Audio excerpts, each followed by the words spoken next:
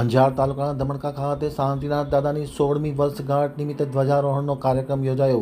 તેમની સાથોસાથ 1થી 18 અભિષેકનો પણ કાર્યક્રમ વાજતે ગાજતે ઢોલ નગારાને ત્રાંસાના સથવારે યોજાયો હતો।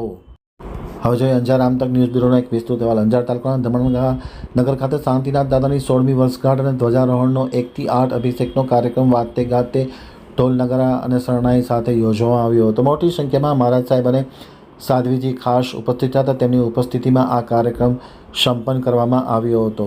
16મી શાંતિનાથ દાદાની તિથિ નિમિત્તે ધ્વજારોહણ અને 18 અભિષેકનો કાર્યક્રમ એક સાથે યોજવામાં આવ્યો હતો।